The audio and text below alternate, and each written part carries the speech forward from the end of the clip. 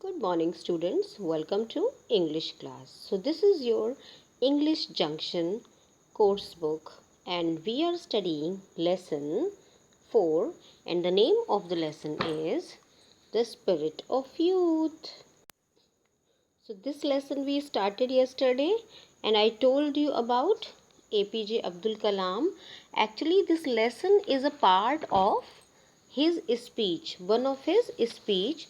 और यहाँ पर इन्होंने ये स्पीच दी थी इंडियन स्कूल के स्टूडेंट्स को 2013 में when he went to Gulf nations, खाड़ी देशों में, जैसे खाड़ी देश है ना, अरब देश जो है, वहाँ पर जो इंडियन स्टूडेंट्स पढ़ रहे हैं उनको ये संबोधित करने गए थे। एंड यही एक स्पीच उन्होंने दिया था, स्टूडेंट्स को बताया था इम्पोर्टेंस, लाइफ में कुछ अचीव करना है तो क्या स्टेप्स हो सकते हैं। उस स्पीच का ये हिस्सा है, ये एक चैप्टर, उसी से बना है ये chapter. I don't think it is hard for you to recognize this famous personality, world-renowned personality. He is a pride of India. He will be the pride of India. He is none other than the missile man of India, Dr. APJ Abdul Kalam. Right? I gave you some information about him yesterday too. The information was like this: the government of India honored him with the Padma Bhushan in 1981 and Padma Bhushan in 1990. Bharat के 2 बड़े पुरस्कार इन्हें दिए गए इनके उत्कृष्ट योगदान के लिए। किसमें? डिफेंस सर्विसेज में। डिफेंस मीन्स भारत की सुरक्षा की सर्विसेज में। So my dear students, we are on page number 33, and yesterday Dr. APJ Abdul Kalam told us about the 4 steps, and the first step was कि first have an aim in life. जीवन में कोई उद्देश्य बनाओ। कब बना लो? 20 साल की उम्र से पहले ही कोई जीवन में उद्देश्य बना लो कि तुम्हें जीवन में इस तरह की सफलता चखनी है, इस तरह की सफलता को तुम्हें एंजॉय करना है, इस तरह की सफलता को तुम्हें प्राप्त करना है। Right? Then he told the second step, and that was कि work hard towards that M.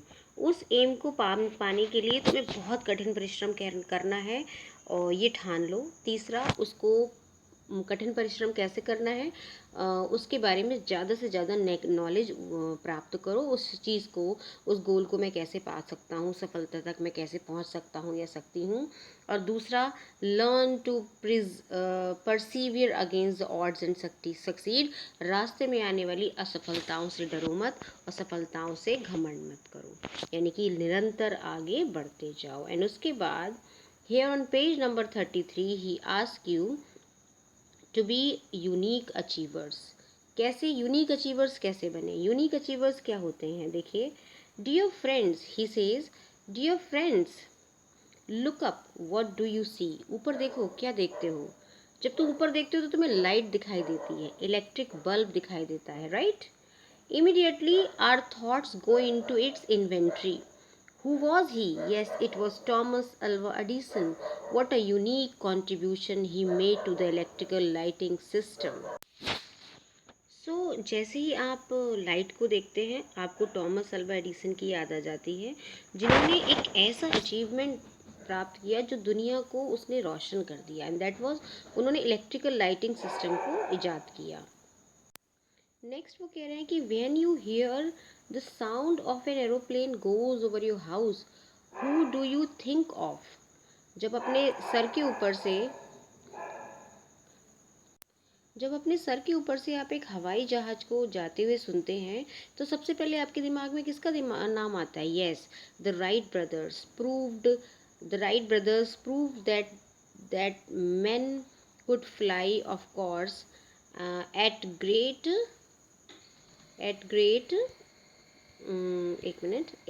risk and cost, but they did it. Who does the telephone remind you of?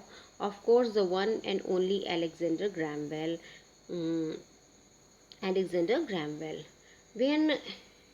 When everybody considered sea travel though tough experience, one unique person thought otherwise. During his long voyage from United Kingdom to India, he thought of many questions. He wondered why the horizon where the sky and the sea meet looks blue. He began to research this.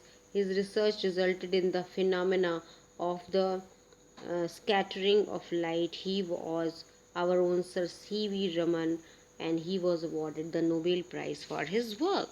तो वो बताते हैं कि जब भी तुम अपना sir उठाओगे, अपनी नज़र ज्ञान की तरफ बढ़ाओगे, तो तुम्हें ऐसी चीज़ें नज़र आएंगी जो वास्तव में अपने आप में यूनिक हैं। टॉमस एल्वा एडिसन हो, चाहे टेलीफोन को देखकर हमें अलेक्जेंडर ग्राहम बेल की याद आए, उन्होंने ही टेलीफोन का आविष्कार किया था। सर के ऊपर से उड़ते हुए हवाई जहाज़ को आप देखें तो आपको याद आएगा राइट ब्रदर्स। ये वो लोग हैं जिन्होंने वो करके दिखाया जो अपने सपनों के पीछे, अपने गोल के पीछे लगे रहे। ऐसे ही एक महान पर्सनालिटी भारत के इतिहास में हुए, he was sir C.V. Raman, और उन्होंने प्रकाश के प्रकीर्णन को नोट किया। एक बार वो विदेश से भारत लौट रहे थे और उन्होंने देखा कि समंदर और जो आसमान है वो दूर गगन में मिलते हुए दिखाई देते हैं लेकिन मिलते नहीं हैं। ऐसा क्यों होता है? It is because of the scattering of the light, right.